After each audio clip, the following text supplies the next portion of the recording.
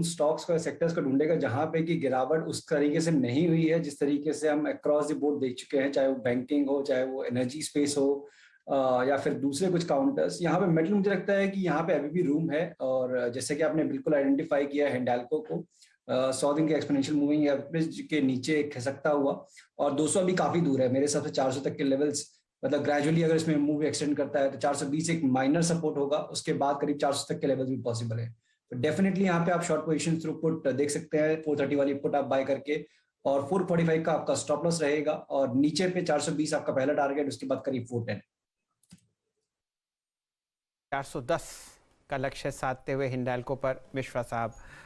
वीरेंद्र जी, काफ़ी परेशानी बाजार में आती हुई दिख रही है। हम लोग 17,320 पर फिलहाल ट्रेड कर रहे हैं निफ्टी पर, और 36,800 आप बैंक निफ्टी पर देख रहे हैं। लगभग 1200 अंक का कट इधर। कुछ ही समय में सुमित जी भी आपको माइक अप होते हुए दिखेंगे, और जो विश्लेषण यतिन जी ने किया सेकेंडरी मार्केट्स में, प्राइमरी मार्केट्स का जो हाल है वो आपको बताते हुए दिखेंगे। लेकिन कमजोरी अब सबसे मजबूत आईटी स्टॉक में आती हुई दिख रही है, फ्रंट लाइन में। डायरेक्टर साहब दिखाइए इन्फोसिस, यहाँ पर शायद आपको एक बढ़िया ट्रेड शॉर्ट टाइप की तरफ बनता हुआ दिख रहा है। 1760 का प्राइस जोड़ते हैं यहाँ पर रचना जी को। रचना जी, जरा विश्लेषण कीजिए इन्फोसिस का। जी, आईटी स्टॉक्स में गिरावट अभी अभी शुरू हो रही है, that is very right. Even HCL tech appears to be very weak, and जहां तक इन्फी की बात है तो ये जब तक अब 1780 के नीचे रहेगा तब तक ये वीकनेस ऐसे ही बने रहेगी, और उसको बहुत जल्दी 1750 एंड 1740 की तरफ लेके जाती हुई नजर आ सकती है ऑन फ्यूचर्स। 40 का इंतजार यहाँ पर रचना जी करेंगी, और यहाँ पर इतनी बिकवाली नहीं है। इन्फोसिस को अगर आप देखें नवंबर के महीने में, एक्चुअली ये अभी भी पॉजिटिव है अगर आप निफ्टी के प्लेयर्स पर नज़र डालें। मैं आपको वो डेटा आपके सामने स्क्रीन पर प्रस्तुत करता हूँ, और यहाँ पर आप इन्फोसिस को फिलहाल ट्रैक करते हुए देख रहे हैं। लगभग 3 या 4% ऊपर आपको इन्फोसिस ट्रैक करता हुआ दिखेगा निफ्टी में। डेटा स्क्रीन पर आता है। जी हाँ, 3.25% की वृद्धि आप अभी भी नवंबर में देख रहे हैं, और अगर ये बिकवाली गहराती है तो यहाँ पर आपको ये वाइप आउट होता हुआ दिख सकता है। मुकाबले टीसीएस के अगर आप देखें तो यहाँ पर टीसीएस में आपने खासा रुझान नहीं देखा है तेजी का, सिर्फ 0.1% ऊपर नवंबर में टीसीएस आपको ट्रैक करता हुआ दिख रहा है। सुमित जी तैयार हैं। सुमित जी, आईपीओस दिक्कत में, बताइए क्या हाल हुआ उनका जहां पर रिटेल पार्टिसिपेशन बहुत ज्यादा थी? देखिए, पेन इस बार ही जो है वो ट्रिगर पॉइंट बना पेटीएम का आईपीओ, और उस दिन से ही बाजार ने तेजी से बिकवाली देनी शुरू करी है। इस पूरे साल में वैसे भी बहुत एक्टिवली रिटेल ने पार्टिसिपेट किया है आईपीओस के अंदर, और ऐसे कई आईपीओस भी देखने को मिले जहां पे अच्छे रिटेल के पार्टिसिपेशन के बावजूद बढ़िया रिस्पांस आया।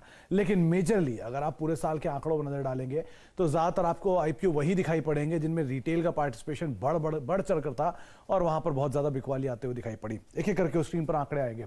शुरुआत पेटीएम के साथ ही करेंगे। करीब करीब 2 गुना ये आईपीओ सब्सक्राइब हुआ था, और 1.5 गुने के आसपास में रिटेल का पार्टिसिपेशन आता हुआ दिखाई पड़ा था। अब तक 35-40% ये शेयर ऑलरेडी करेक्ट हो चुका है अपने इशू प्राइस से।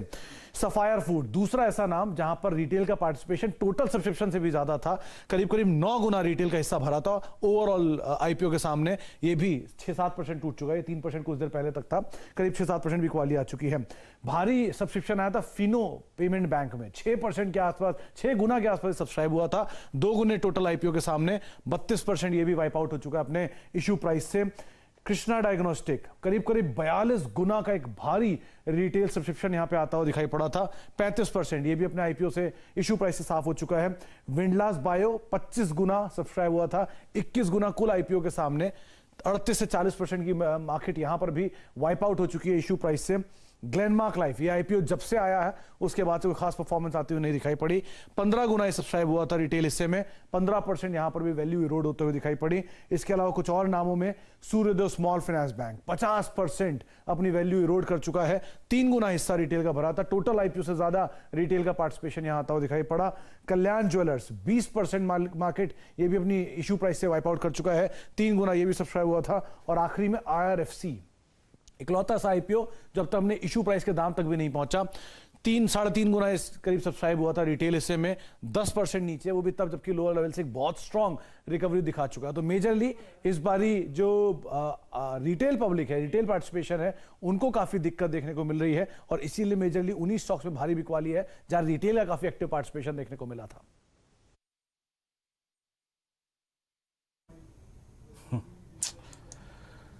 आईपीओज हाई लुट के सुमित ने बड़ा अच्छा हेडर दिया, अगर आप देखें तो यहाँ पर वो आईपीओज जहाँ पर इन्वेस्टर्स के लिए कुछ नहीं छूटा, अगर आप देखें तो उसकी सबसे ज़्यादा अगर आप देखें पिटाई हुई है।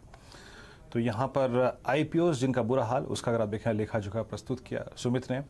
और एक बार जरा फिर पेटीएम स्क्रीन पे लेके आइएगा, एग्जैक्टली अगर आप देखें इस वक्त लेवल क्या है और आपकी स्क्रीन पर 197 कम्युनिकेशंस 1426 पर ट्रेड करता हुआ इंट्राडे में रिकवर हुआ है। इसकी रिकवरी को क्या कहें, लेकिन आज का इसका इंट्राडे लो था करीब 1268 रुपये, 1420 पर लगभग 200 रुपये रिकवर होकर इस वक्त ट्रेड करता हुआ। शुक्रिया सुमित इस पूरी जानकारी के लिए। और रिसेंट वो आईपीओज जिनका बहुत ही अगर आप देखें खराब प्रदर्शन रहा और उसके बाद मार्केट का सेल ऑफ। निफ्टी 17,350 पे ट्रेड करता हुआ हल्की सी रिकवरी है। रिकवरी क्या कहते हैं, इसे दया मात्र कहते हैं, क्योंकि 17,287 का लो ऑलरेडी आप लगा चुके हैं और 36,898 इस वक्त बैंक निफ्टी का स्तर करीब 36,905 पे ट्रेड करता हुआ। याद रखिएगा निफ्टी बैंक अब अपने 100 डे एक्सपोनेंशियल मूविंग एवरेज के नीचे ट्रेड करता हुआ। कुछ और स्टॉक्स लेके आइए, याद रखिए जहां पर वीकनेस बढ़ती हुई, और मैं बार बार उन स्टॉक्स का जिक्र कर रहा हूं जहां पर अभी एक ब्रेकडाउन और पॉसिबल है। और अगर आप एक कंफर्टेबल एग्जिट तलाश सकते हैं किसी बड़े सेल ऑफ से पहले, तो प्लीज़ उस लेवल को मार्क करके रखिएगा। जरा प्लीज़ लेके आइए आपकी स्क्रीन पर जरा एक बार एसबीआई लाइफ का चार्ट।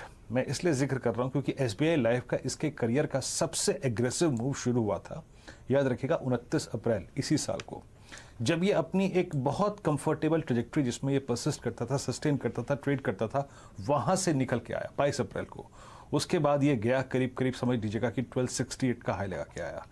राजेश सतपुते जी 1144, मैं एग्जैक्टली कुछ स्टॉक्स पर 100 डे मार्क करके बैठा था, जैसे ही वॉलेट हो प्लीज अलार्म आए। 1143 यानी 100 डे टूटने के वर्ज पे है विद स्ट्रॉन्ग वॉल्यूम्स। आपकी राय क्या होगी इस स्टॉक पे? देखिए पोजिशनली तो मैं यही कहूंगा कि आज इसमें एक सीरियस ब्रेकडाउन हुआ है। अगर आप प्राइस पैटर्न देखें तो दो प्राइस पैटर्न है। एक तो है head and shoulder price formation जिसका एक नेकलाइन थी करीबन 1160 के आसपास, तो जैसे ही वो नेकलाइन टूटी यहाँ पे सेलिंग थोड़ा इंटेंस होगा। और सेकंड है एक आप कह सकते हैं कि यहाँ पे एक चैनल या सिमेट्रिकल ट्रायंगल फॉर्मेशन, तो यहाँ पे मल्टीपल फॉर्मेशन दिखते हैं, तो this is the serious thing. Point is that so अभी टूटता है तो कहां तक? देखिए पहला एक सपोर्ट है 1130 के आसपास जो इसका 100 डीएमआई है, लेकिन चार्ट देख के लगता है कि 1130 भी वायलेट होगा और इवेंचुअली ये 1100 तक पिछलेगा। तो definitely SBI life is a sell. आपको स्टॉप लॉस रखना है 1165 का। एक और स्टॉक कमजोर